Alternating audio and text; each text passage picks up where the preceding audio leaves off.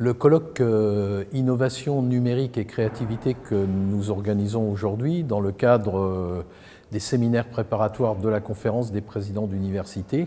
vise à réfléchir sur l'impact de ce qu'on appelle la révolution numérique, quelque chose de très profond, ou le paradigme numérique sur les processus d'innovation et de créativité. Ce colloque, qui sera suivi d'autres colloques de réflexion, fait suite d'ailleurs au colloque que nous avons organisé sur le thème « Innover l'innovation » à Sorbonne l'année dernière, dans le cadre précisément du 40e anniversaire. L'idée est d'explorer comment les nouvelles formes d'exploration d'économie contributive, des plateformes, etc.,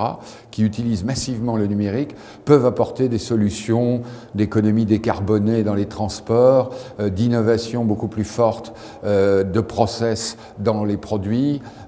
et au fond de réfléchir un petit peu au modèle,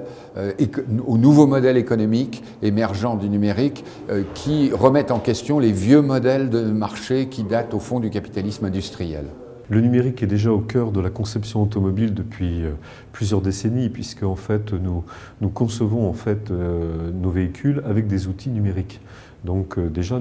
pour nos ingénieurs, le numérique est familier. Ce qui, je dirais, la nouvelle donne, c'est plutôt l'utilisation du numérique, non pas seulement dans la conception des véhicules, mais dans leur usage, c'est-à-dire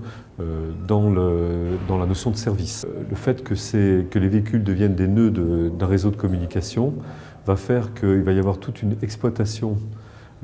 éventuellement commerciale de ces données. Et ça, il y a un véritable enjeu à la fois commercial et d'usage avec le numérique au cœur des véhicules. La présence du numérique, très simplement, je pense, permet de faire évoluer de plus en plus le produit vers le produit et le service. Comme je disais tout à l'heure, on a une connexion qui se fait assez vite entre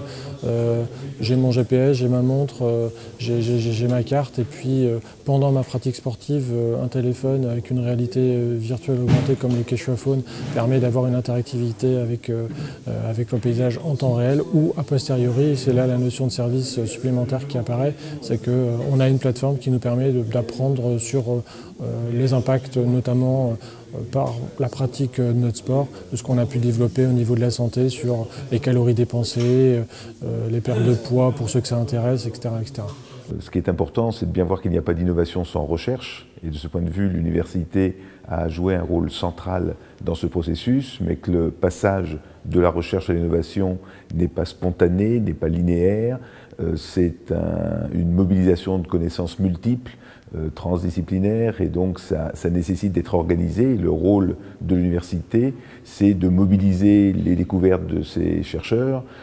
au profit de l'innovation. Et c'est pour ça qu'on a, avec l'UTC, dans le cadre de Sorbonne Université, complété notre dispositif de mobilisation des découvertes au service de l'innovation avec la Société d'accélération et de transfert de technologie, l'UTEC, pour la maturation, avec nos incubateurs, avec le fonds d'amorçage qui permet aux entreprises nées des découvertes de nos chercheurs de se renforcer, et puis avec des lieux où tous ces acteurs, les entreprises, nos chercheurs, nos étudiants se réunissent et rentrent en synergie, le parc d'innovation de Compiègne ou Paris Parc sur le campus de Jussieu demain. On profite en France en tout cas d'un écosystème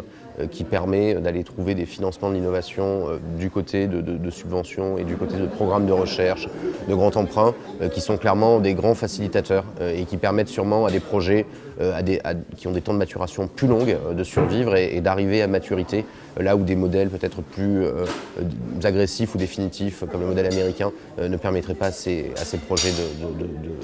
de se développer. Ces différentes réflexions sur des thématiques précises de l'innovation que nous menons